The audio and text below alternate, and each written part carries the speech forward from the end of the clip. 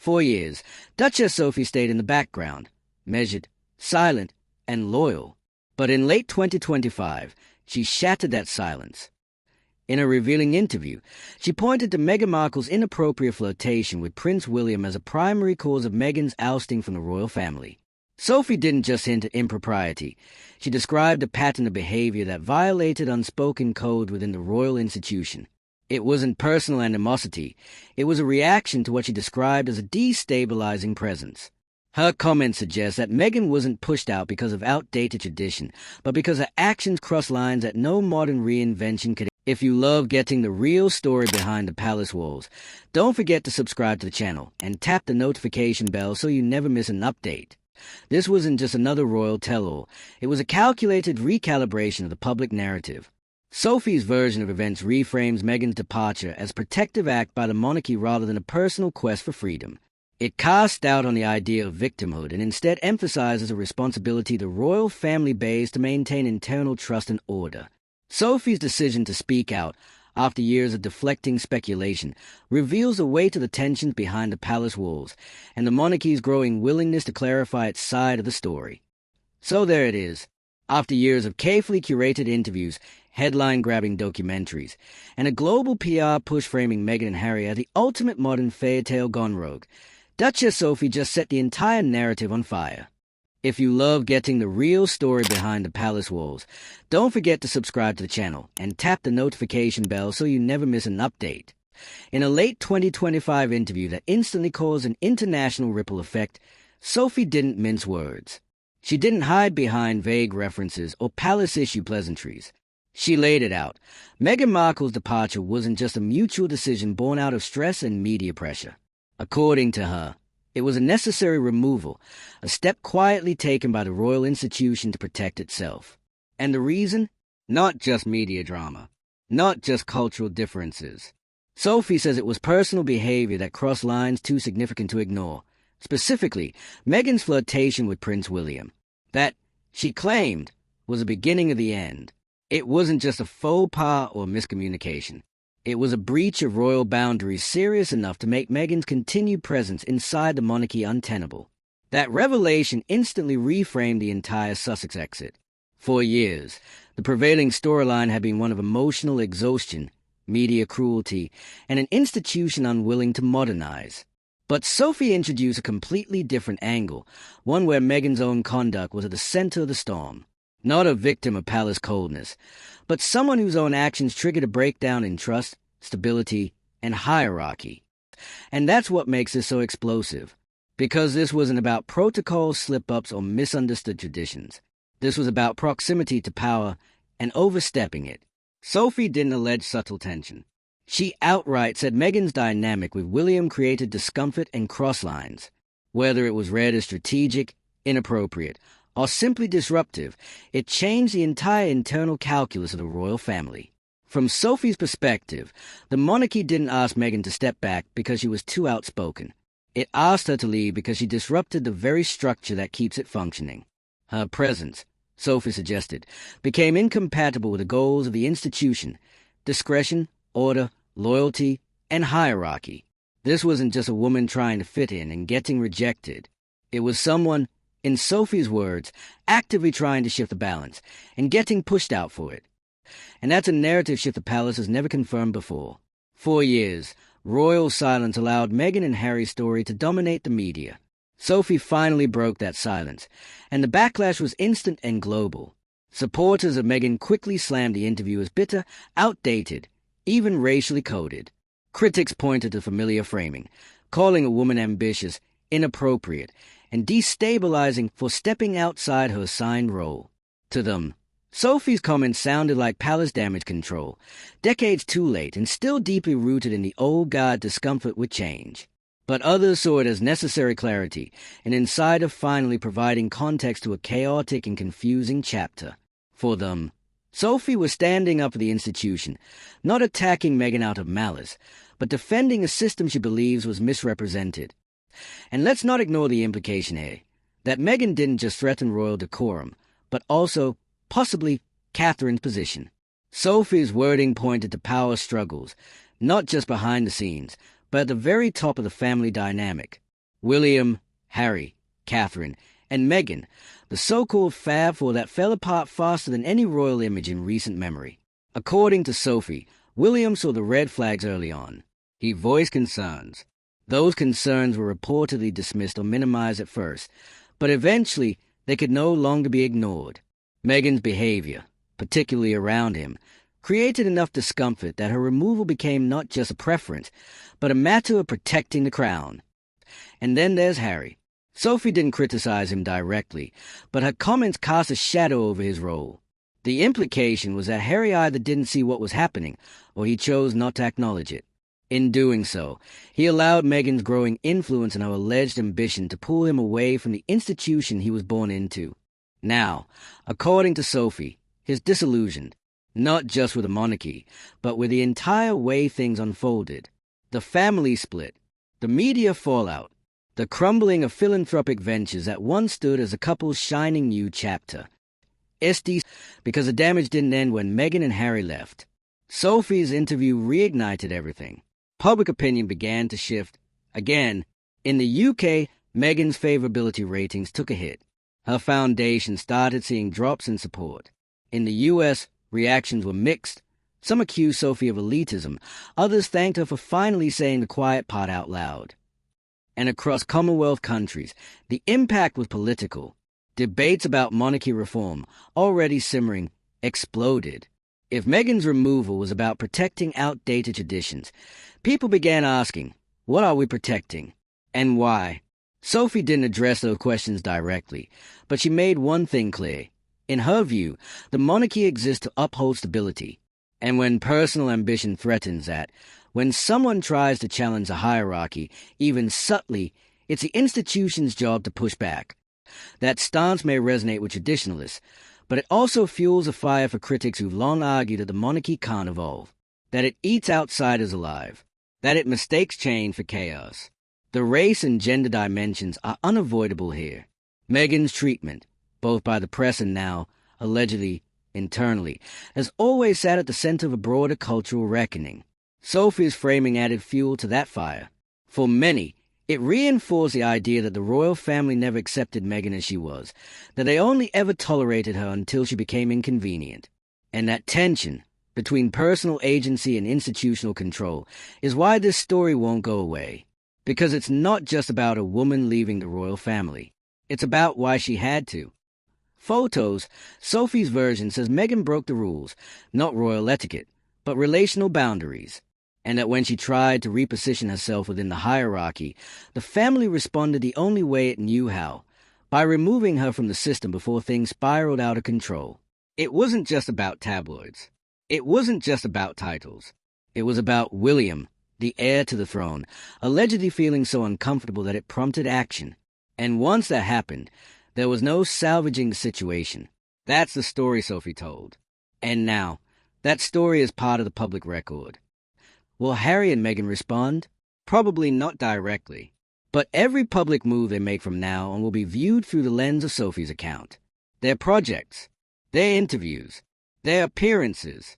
The unspoken question will linger. Was this about finding freedom, or about being quietly removed for going too far?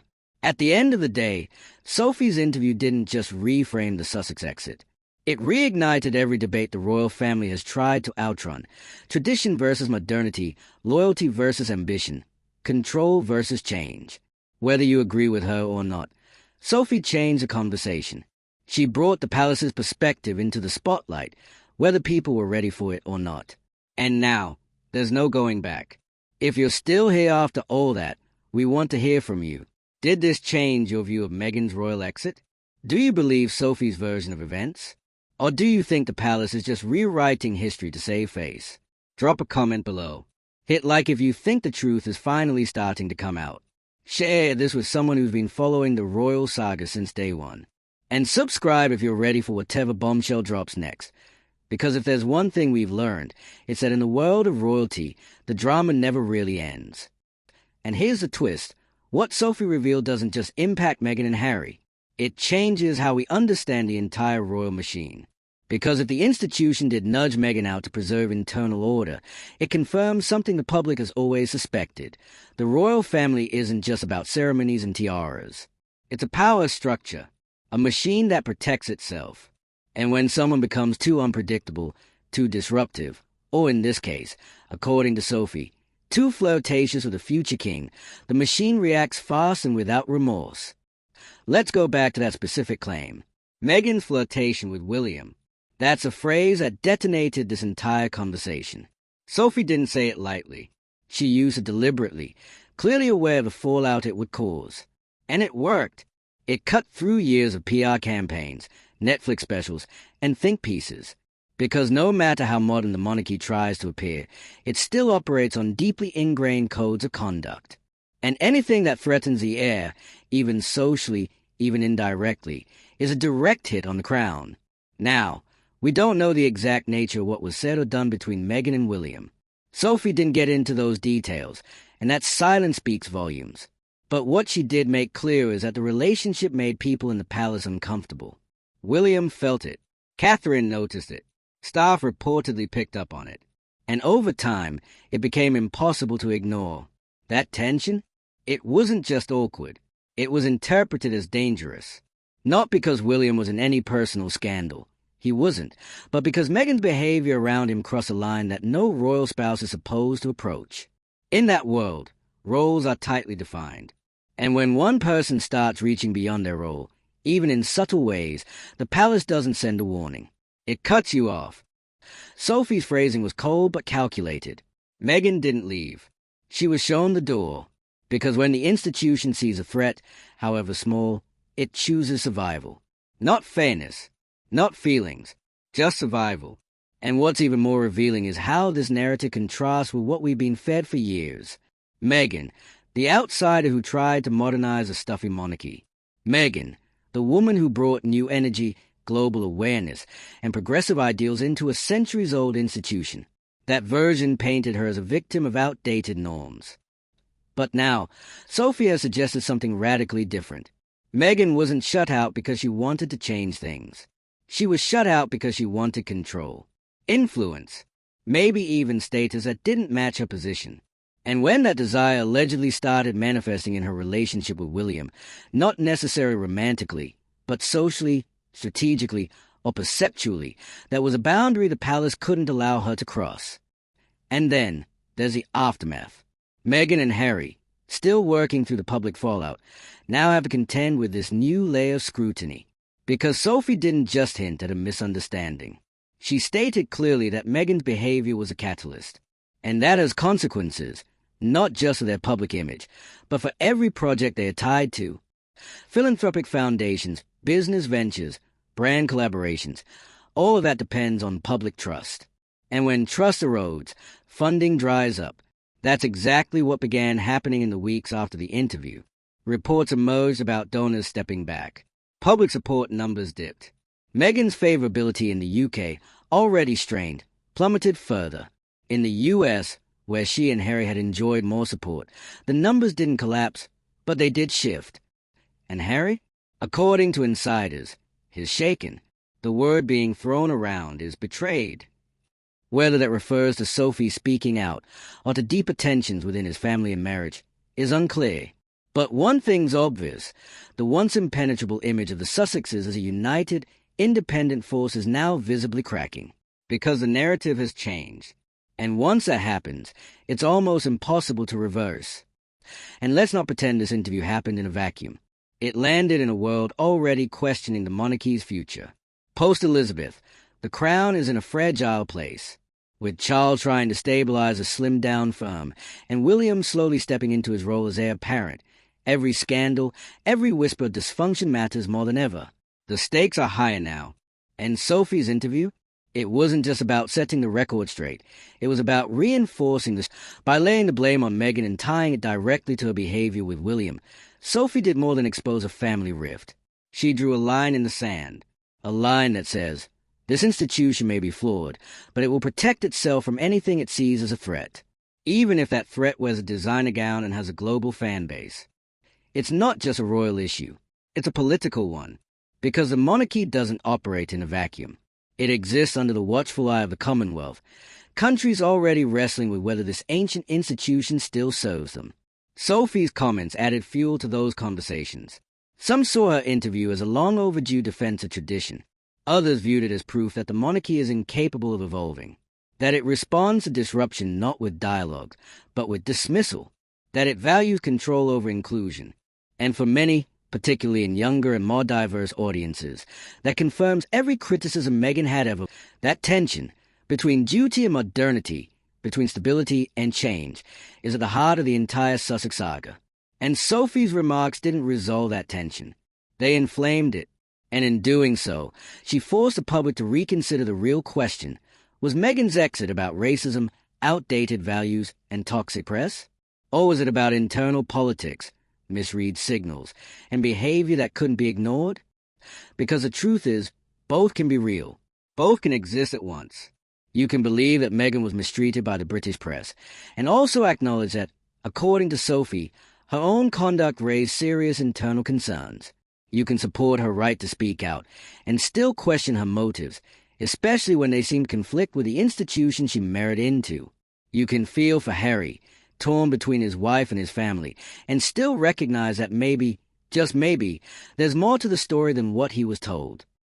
That's what makes it so messy, so human, and so fascinating. Because when the people involved are royalty, the stakes aren't just personal, they're global. Every move, every quote, every interview like this one from Sophie shifts the needle on public perception. And perception is everything, especially when it comes. So now the question becomes, what's next? Does the palace stay quiet, as it always has? Does Meghan respond? Will Harry ever speak out again, this time with more than memoir-style reflection? Or do they all, finally, go quiet and let the public debate it without them? Either way, the damage is already done. Sophie spoke. The story changed. And no matter how you felt about Meghan's departure before, you're now forced to reconsider what was happening behind the scenes. Not the Netflix version. Not the Oprah special. The palace version. Whether you believe Sophie or not, whether you see her as honest or calculated, you have to admit this changed. Because when you really sit with it, this wasn't just a moment of palace gossip or a stray soundbite gone viral. This was an official shakeup. Sophie didn't just add commentary. She inserted herself into the narrative with purpose. And in doing so, she forced millions of people to pick a side all over again. What makes this so difficult for many is how quietly devastating it all is. There was no press release, no public fallout, no visible confrontation. Meghan didn't get dragged out of the palace. According to Sophie, she was simply encouraged to take a step back, politely, internally, but very firmly. The image of a royal wife slipping down the ranks not because of outside pressure, but because of behavior deemed destabilizing, pulls the rug out from every feel-good version of the Sussex exit we've seen so far. Flirtation with William, tension with Catherine, boundary-pushing behavior.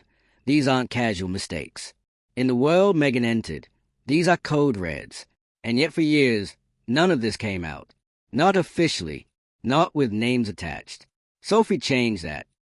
And what's fascinating is how long it took for someone inside the palace to say it out loud. Everyone knew there was more to the story. The suddenness of Meghan and Harry's departure. The silence that followed. The vague references to tensions and unresolved issues. But now we know, at least from Sophie's point of view, that Meghan's exit wasn't about incompatibility with royal life. It was about incompatibility with royal order. And that's different. It reframes her not as a woman who couldn't survive the system, but one who wouldn't follow it. It casts her not as a casualty, but as a catalyst. It wasn't the press. It wasn't the institution's failure to adapt. It was, as Sophie tells it, Meghan's own decisions and her inability, or refusal, to respect the structure she married into. Now let's be real. That's a narrative some people were waiting to hear. It fits cleanly into the argument that Meghan was too ambitious, too self-serving, too disruptive. And to others, it reeks of institutional protection, one more powerful voice doubling down on an age-old hierarchy that's failed to evolve. In Meghan, photos. But whether you agree with Sophie or not, what's undeniable is how far-reaching her words were. Within days of the interview, headlines were reigniting debates that had started to cool. Commentators scrambled to reassess the timeline. Former staffers started hinting at past events in a new light. The Sussex PR engine stayed silent, but you could feel the tension shift. Because silence, in moments like this, says a lot, especially from Harry. If Sophie's version of events was completely off base, if there were no cross lines, no warnings from William, no internal conversations about Meghan's behavior, you'd expect some pushback, even a denial. But so far, nothing. And that silence, it speaks. It says this version of the story might not be so far off after all. It says the palace might have kept things quiet not because it wasn't true, but because it wasn't strategic to say it then. It says maybe Harry knew less than we thought. Maybe Meghan told him her version, and he never got the other side. Until now. That's what makes this twist so brutal. Because if Sophie's telling the truth, then Harry walk away from everything. His family, his title, his position as a heir to the throne, not knowing the full story. And now is watching the public connect the dots, in real time, with his wife's credibility hanging in the balance. So, what's left? A fractured family, a monarchy under pressure, a public divided between loyalty and skepticism, and one very calm, very calculated interview that just rewrote royal history. What do you make of all this? Do you buy Sophie's version? Or do you think this is just the palace spinning its own story? Again, drop your thoughts below. Like if your jaw hit the floor. Share this with someone who thought this drama was over. And subscribe, because if this is what they are finally willing to say, you know it's just a beginning.